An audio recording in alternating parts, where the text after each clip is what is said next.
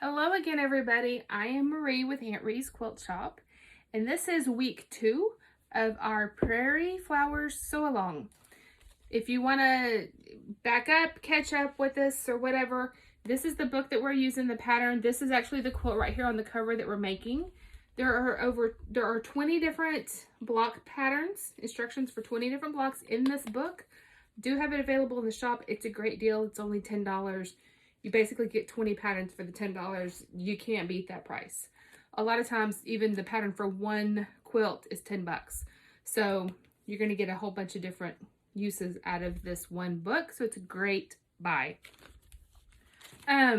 We are working on the Prarie Flower block. Today we are going to piece, we're going to piece these two pieces.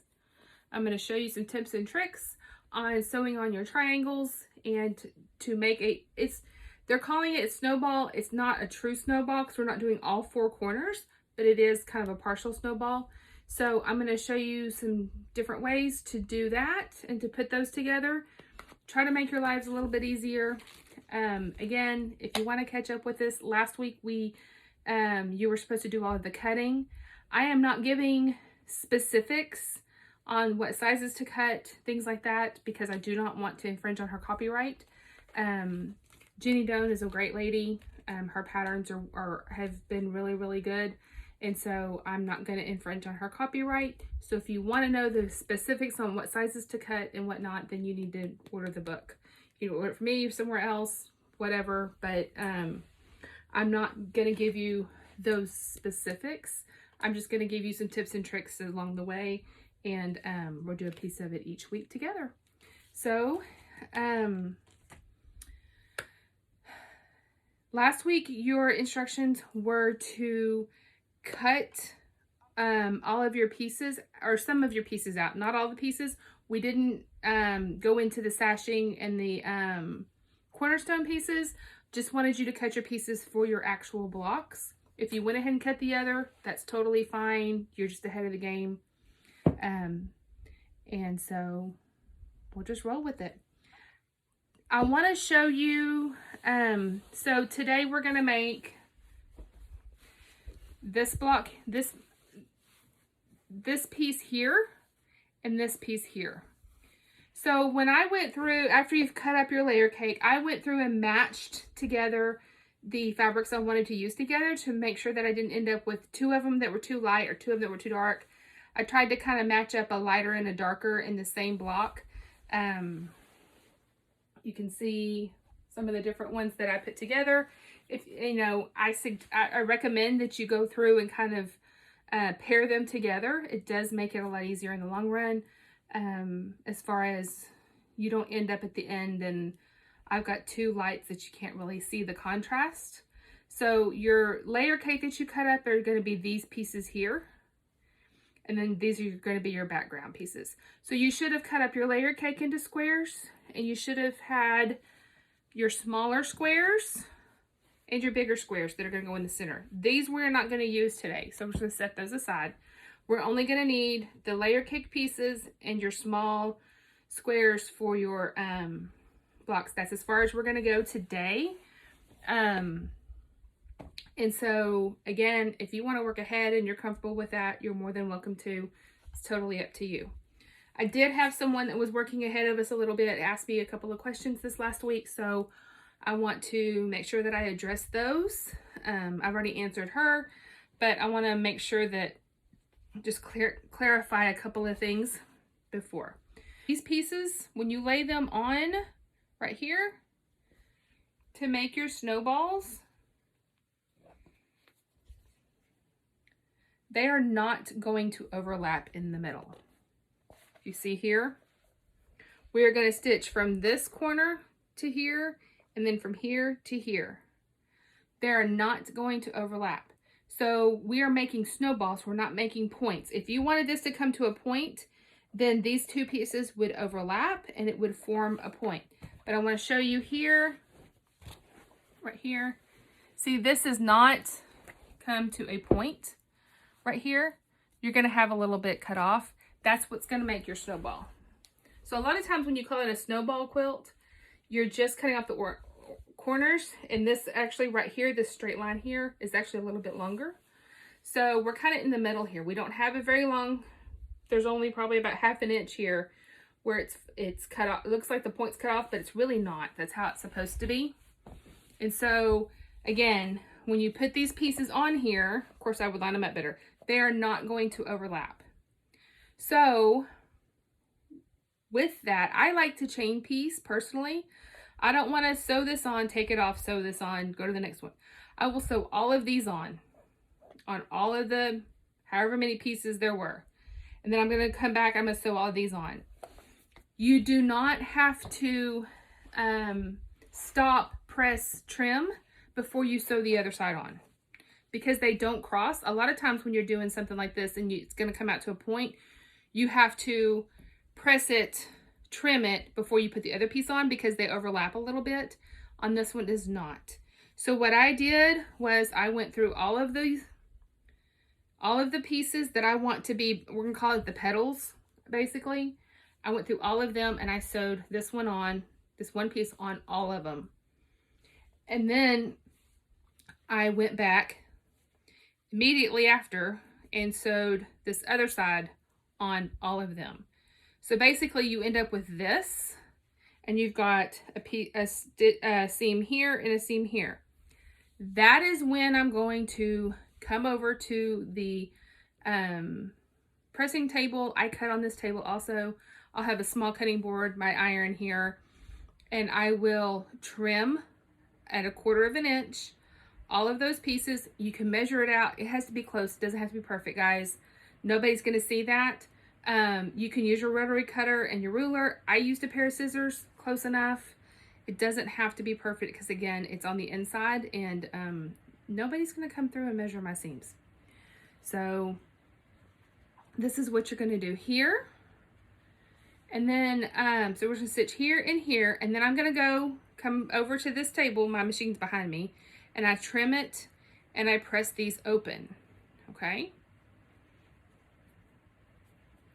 So that I end up on the petal pieces, we're going to end up with it like this,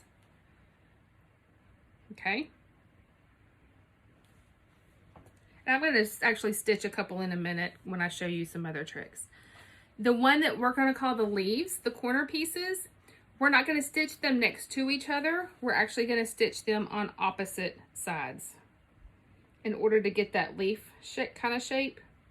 So we are going to stitch them on opposite sides. Again, run it through your machine on one side, flip it around, do the other side, then come over to the table and press. And you can do all of them at one time. You can do all the petal blocks and all of the leaf blocks and get everything sewn together all in one sitting. Get up, come over here, go to your cutting place, trim them all, press them all, and then all of these are going to be done. That's going to be your fastest way to do it. I love to chain piece, and so this right here is just a little pyramid thing.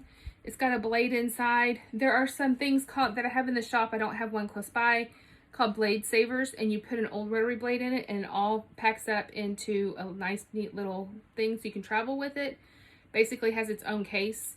And so you just take the pieces of thread that are between your pieces that you chained and just do this and move it down and move it down and move it down. The blade cuts the thread super fast and super easy and convenient. So when you get ready to sew these pieces on, you don't want to eyeball it. Even though I've done that many times, I do not recommend it, and I have stopped doing it because it's really hard to get a perfectly straight seam all the way across from corner to corner. There are 3 different ways I'm going to show you that you can do this. It's totally up to you on what you're comfortable with. The last way that I'm going to show you at the machine is by far my favorite, and it's how I did this one. Somebody suggested it at a class a few weeks ago, and so and it's using a piece of tape on your actual machine. So much faster. There's no marking, there's no nothing. So speaking of marking, this is one option that you have, is on the back of each one of the squares you're going to draw a line from corner to corner. That is, sometimes when we draw the lines like that, that is your You're just drawing the line, you're sewing 1/4 of an inch on either side. On this project, that is your sewing line. You want to stitch corner to corner. You don't want to go off of it. You want a straight line. That's why you need to make sure that it is straight and that you're not just eyeballing it. So this is one option that you have. This is probably the more traditional way of doing it. If that's what you're comfortable with, that's perfectly fine. In talking to my mom, she mentioned that this is how she does it. She takes it and folds them in half, makes a little triangle, and presses it. Now that crease is her sewing line.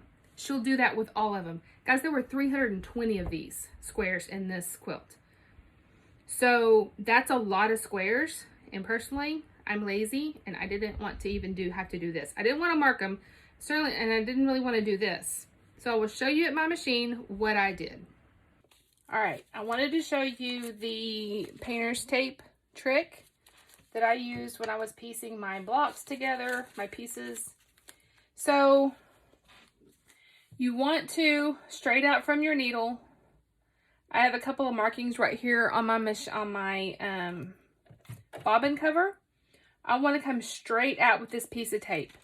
The biggest thing with this piece of tape is you do not want to obstruct your feed dogs. I made the mistake the first time and put it up here like this. The problem is you cover your feed dogs. See, I've got my feed dogs covered, and so it's not going to feed your fabric through. So you want to make sure that you put it down low enough that you're not on your feed dogs. But I am going to come straight out from... You might want to make sure you have a full bobbin. It'll make it a whole lot easier, and you won't have to swap it out. But if you do, you can literally, guys, this is painter's tape, pull it back, change your bobbin, and then just put it right back down, making sure that you are good and straight. Now, my background fabric is a little bit harder to tell which side is which, so make sure you've got it on the right side. Make sure that you're all lined up. Now, I want this corner here, because remember we're sewing corner to corner. So I want this corner here to be lined up with my needle. Put my presser foot down, make sure I'm lined up with my needle. I want this other corner to be lined up with the edge of my tape, so I need to move it just a smidge. Now, as this feeds through, I am going to make sure, because I've got a straight line under here, that this corner here stays on the edge of this tape. I'm just gonna go through, make sure. Okay, now I've got that sewn corner to corner, and by the time that I press and trim it, we are good to go. Okay, and like I said on the last one, you don't have to wait. You can chain piece all one side, do the other side, and they're not going to overlap at all. There's not any issue with that. Again, I am going to line it up. See right here, I've got that corner lined up. Now I'm going to line this end up with the edge of the tape.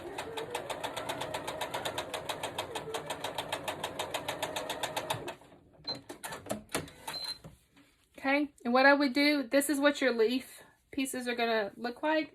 Then you're going to trim. Again, I just used a pair of scissors. I'm going to trim it right here. And I'm going to trim it right here on this side. Remember, on these pieces, you want to press it going out. So when I go back to my iron and I press these, I want to press them the seam going out towards the corner. Okay, on the the petal pieces, you want to press them. They're going to be up here on two corners like here. You want to press them towards the center. But on this one right here, you want to press them out so that when we go to construct the pieces together, they are all nice and neat and will fit together and lock their seams together. Okay, now that I've shown you 3 different ways to put your pieces together, you should be able to go through and do all of your petal blocks and your leaf blocks and get all of those put together, and then you're gonna be done. If you want to continue and put them together, that's totally fine. One more thing I want to tell you that I learned the hard way was when you have these stitched together, my suggestion when you go to press them is press the seams towards the red on the petal blocks. Press your seams towards the dark, so towards this fabric. But when you do the leaf blocks, I want you to press them the opposite way. I want you to press them towards the outside, towards the outer corners.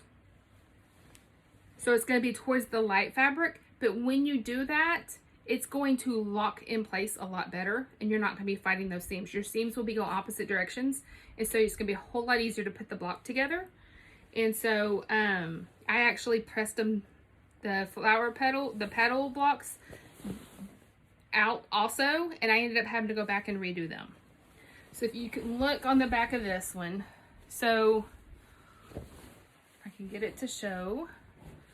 On my petal block, you can see right here, I have it pressed in this way. But then on, this is going to be my leaf block here, I have them pressed out towards the background fabric. That is going to be key, because when I went to sew these together, these 2 seams right here between the blocks locked in place. And I will show you more when we do the construction of the blocks next week. And so, but as you are pressing them, that is my biggest tip. Press the petals towards the main print, towards the darker fabric. And then on the leaves, you want to press it out towards the background. Okay? So I hope y'all have had a great week. Have a great weekend. And thank you again for watching, as always. I enjoy these days that we can spend some time together. If you don't mind, hit like, subscribe, share these with your friends, and I will see you next week.